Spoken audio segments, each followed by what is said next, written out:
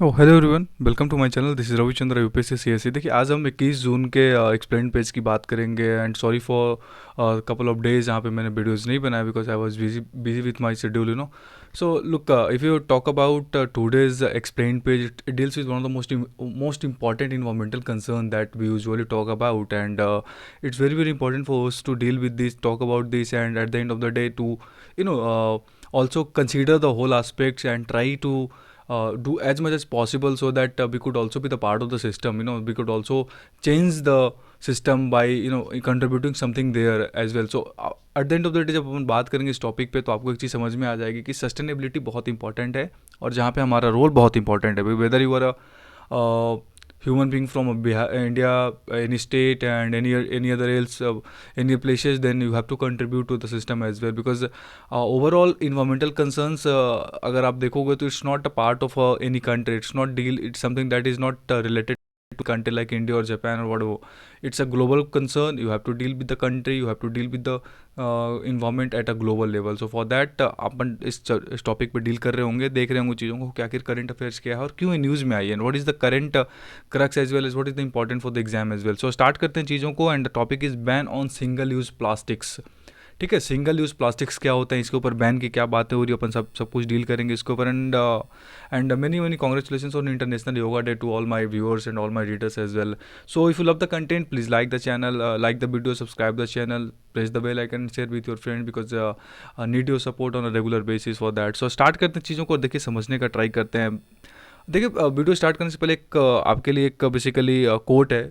It can not be right to manufacture billions of objects that are use for a matter of minutes and then are with us for centuries. हमारे लिए बिल्कुल भी सही नहीं होगा कि हम ऐसे चीज़ों का मैन्युफैक्चर करें, ऐसे किसी प्रोडक्ट का मैन्युफैक्चर करें जिसका यूज कपल ऑफ मिनट्स के लिए करते हों, पर उसका डिस्कार्ड करने के बाद वो पूरी लाइफ लगभग for very very long time वो हमारे साथ रहे, एंड मोस्ट इंपॉर्टेंट वो हमारे साथ रहे इन नेगेटिव इम्पैक्ट, इन नेगेटिव इफेक्ट. ऐसा नहीं कि कोई चीज़ हमारे साथ है और वो पॉजिटिवली इम्पैक्ट कर रहा है तो हमारे लिए वो चीज़ अच्छी नहीं है, पर that thing that is actually creating a kind of negative impact to all of us for the environmental concern as well at the world, वो चीज़ हमारे लिए अच्छी नहीं हो सकती. So for that we can not manufacture such a product that can be use for a minutes only. So start करते. देखिए, करंट अपडेट क्या है कि सेंट्रल गवर्नमेंट ने 1 जुलाई 2022 से सिंगल यूज़ प्लास्टिक्स के ऊपर बैन लगा दिया है. ठीक है, अनाउंसमेंट पहले हो चुकी थी, इसके ऊपर ministry of climate and forest and climate change का भी वो आ गया है, एक नोटिफिकेशन आ गया है जिसके ऊपर सारी चीज़ों को डील किया गया है कि कौन सी चीज़ें बैन होंगी, कौन सी चीज़ें बैन नहीं होंगी और किस तरीके से इसको इन्फोर्स करेंगे. So overall current update is that एक लिस्ट दे दिया गया है हमें, और 1 जुलाई 2022 से उसका मैन्युफैक्चरिंग, उसकी सेलिंग, उसकी प्रोडक्शन, उसकी स्टॉकिंग और पाइलिंग जो भी है वो सारी चीज़ें बैन कर दी जाएंगी, all together out right ban होने वाला. ठीक है, सो करंट अफेयर्स आपको समझ में आ गया क्या है. The manufacture, import, stocking, distribution, sale and use of following single use plastics including polystyrene and expanded polystyrene commodities shall be prohibited with effect from 1 July 2022. आपको ये चीज़ पता होनी चाहिए कि 1 जुलाई 2022 से ऑल राइट बैन होने वाला है, जिसमें इंपोर्ट्स के ऊपर बैन लगने वाला है, और जो भी आपकी जैसे उसके स्टॉकिंग करते हैं या फिर जो भी हम उसका इंपोर्ट करते हैं वो सारी चीज़ें आपके ऊपर बैन लग जाएंगे. और पॉलीस्टाइरीन प्लास्टिक्स बेसिकली कुछ नहीं होता, एक सिंथेटिक एरोमेटिक हाइड्रोकार्बन पॉलीमर होते हैं, जो कि आपको स्टेरीन जो मोनोमर होता है ना, पॉलीमर पढ़ा होगा आप लोगों ने 11th-12th में. सो उससे मोनोमर से पॉलीस्टाइरीन करके एक प्लास्टिक्स बनती है बेसिकली, जो सॉलिड भी हो सकता है, फोम में भी हो सकता है और at the end of the day general purpose उसका जो बहुत हार्ड होता है, एक्चुअली वो बहुत ही हार्ड होता है. तो इस वजह से जो पॉलीस्टीरीन है उसको भी बंद किया गया है, बैन किया गया है. आगे हम बात करेंगे कि सिंगल यूज़ प्लास्टिक्स क्या होता है. देखिए, नाम से ही कन्फर्म है सिंगल यूज़ प्लास्टिक क्या होता है. एक बार यूज़ कर वापस उसको फेंक दिया आपने. सो सिंगल यूज़ प्लास्टिक का मतलब ये होता है कि कोई भी चीज़ आप उसका यूज़ कर रहे हो for couple of minutes and they are being discarded. अब उसको डिस्कार्ड कर दिया आपने, that will go to the system, food system में जाएगा. At the end of the day कहीं ना कहीं वो डिस्कार्ड करोगे, फेंकोगे उसको, वो ओवरऑल फिर आपके फूड वेब में चली आती है कहीं ना कहीं से. सो सिंगल यूज़ प्लास्टिक्स का मतलब ये होता है कि एक बार यूज़ करने के बाद अपन उस चीज़ को क्या करते हैं, थ्रो कर देते हैं. सो फॉर एग्जांपल जैसे कि अगर आप देखोगे तो बॉटल्स हो गए, शैम्पू के बॉटल्स हो गए, डिटर्जेंट के शैम्पू प्लास्टिक्स हो गए, उसके अलावा पॉलीथीन बैग्स हो गया, face mask, coffee cups, cling film, trash bags, food packaging etc में जो यूज़ होने वाले प्लास्टिक्स हैं वो सब सिंगल यूज़ प्लास्टिक्स में आते हैं. अब ये सिंगल यूज़ प्लास्टिक्स को ही क्यों बैन किया गया, ओवरऑल हमने प्लास्टिक्स को क्यों बैन नहीं किया? बेसिकली देखिए, अगर यूनाइटेड नेशंस की रिपोर्ट्स को आप देखोगे, I was going through the united nation report, जो ये कहता है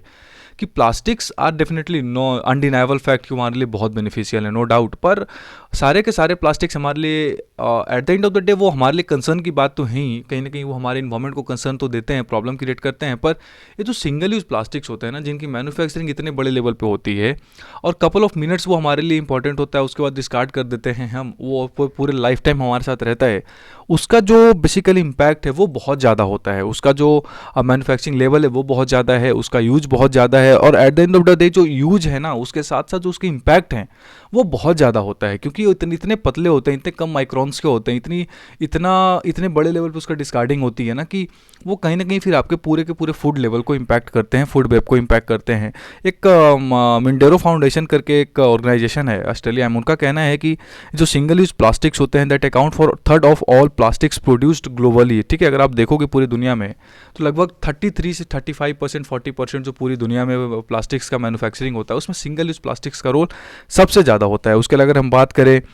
डिस्कार्डिंग की, किस किस लेवल पर डिस्कार्ड करते हैं, उसमें भी ये सबसे ज़्यादा millions of ton, I would say more than 100 of millions of tons of plastics are being discarded every year. And उसके अलावा जो इसका डिस्कार्डिंग का सबसे बड़ा प्रॉब्लम क्या है कि आप इसको डिस्कार्ड कहीं भी कर देते हो, लैंडफिल्स में, उसको फिर आप कहीं भी फेंक दे, वो जला दो अगर। सो ओवरऑल अगर आप चीज़ों को देखो तो single use plastics are creating very very environmental are creating a very very strong environmental concern, I would say, because at the end of the day अगर आप देखो चीज़ों को तो इसका जो सबसे इंपॉर्टेंट चीज़ मुझे क्या लगती है कि आप पे जो इतनी छोटी चीज़ें होती है जिसको आप ध्यान भी नहीं देते, आपने शैम्पू यूज़ करा उसको वापस फेंक दिया आपने, you do not think about how will this create a kind of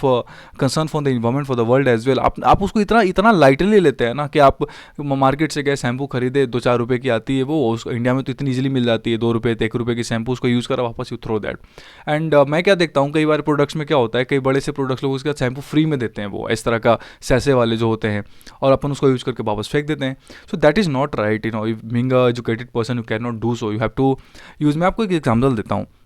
आप लोग बहुत सारे दूध खरीदते होगे मार्केट से, अलग अलग कंपनीज़ के अलग अलग डेयरी प्रोडक्ट्स के दूध खरीदते होगे आप इंडिया में, दिल्ली में अलग अलग नाम से, दिल्ली में मदर डेयरी है, अमूल है, फिर अलग अलग क्षेत्रों में अलग अलग नाम से मिलती है। आप उसको जो क्या करते हो, उसके दूध का ना एक छोटा सा कॉर्नर को आप काट देते हो, कैंची से काट के आपने दूध निकाल लिया और उसको छोटे से टुकड़े को उठाकर फेंक दिया आपने। आपको पता है वो जो छोटा सा टुकड़ा होता है, मिलियंस ऑफ टन्स होते हैं हर साल,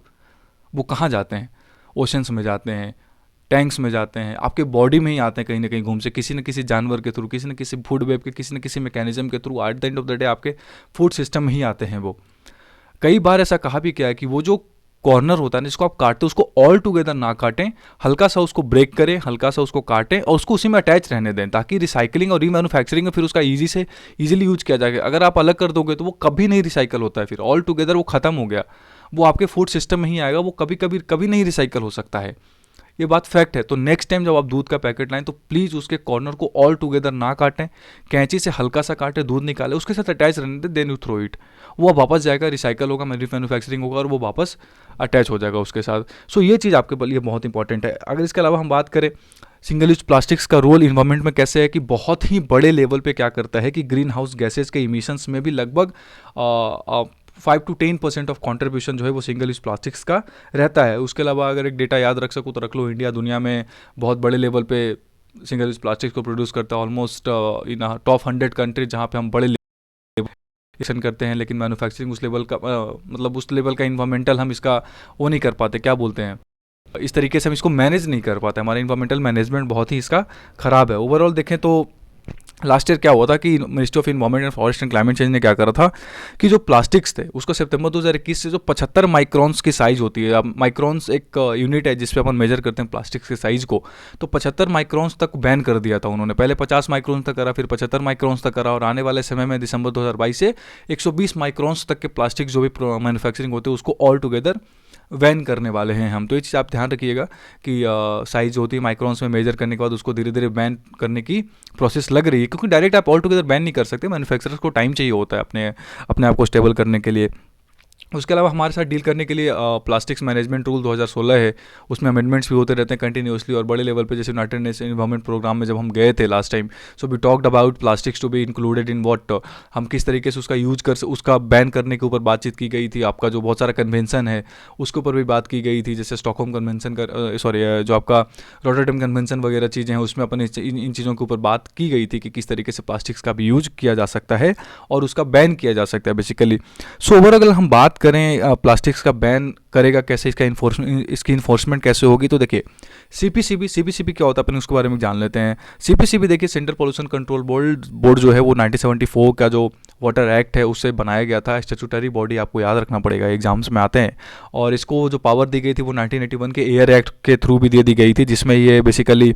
एयर क्वालिटी मॉनिटरिंग और वाटर क्वालिटी मॉनिटरिंग के ऊपर ज़्यादा फोकस करते हैं और बहुत ज़्यादा गवर्नमेंट के साथ, नीति आयोग के साथ मिलकर चीज़ों को इन्फोर्स करते हैं और उसके ऊपर बैन लगाने की ट्राई के साथ साथ बहुत ज़्यादा इन्फोर्समेंट और मैनेजमेंट लेवल पे ध्यान देते हैं। तो आपको ये पता होना चाहिए स्टैट्यूटरी बॉडी और किस एक्ट से बनी थी, ये चीज़ इंपॉर्टेंट है यहाँ पे, ठीक है। उसके अलावा बैन कैसे होगा, जैसे सीपीसीबी डायरेक्शन देगा एसपीसीबीज को, एसपीसीबी क्या, स्टेट पोल्यूशन कंट्रोल बोर्ड, फिर वो अपन लोकल लेवल पे बॉडी जैसे डीएम हो गए, एसपी हो गया, और भी जो ऑर्गेनाइजेशन हैं, जो और भी इंस्टीट्यूट्स हैं लोकल लेवल पे, उनके साथ मिलकर एक लाइसेंस का सिस्टम बनाया जाएगा कि अगर आपको इस तरह की मैन्युफैक्चरिंग करनी है या इस तरीके का कुछ भी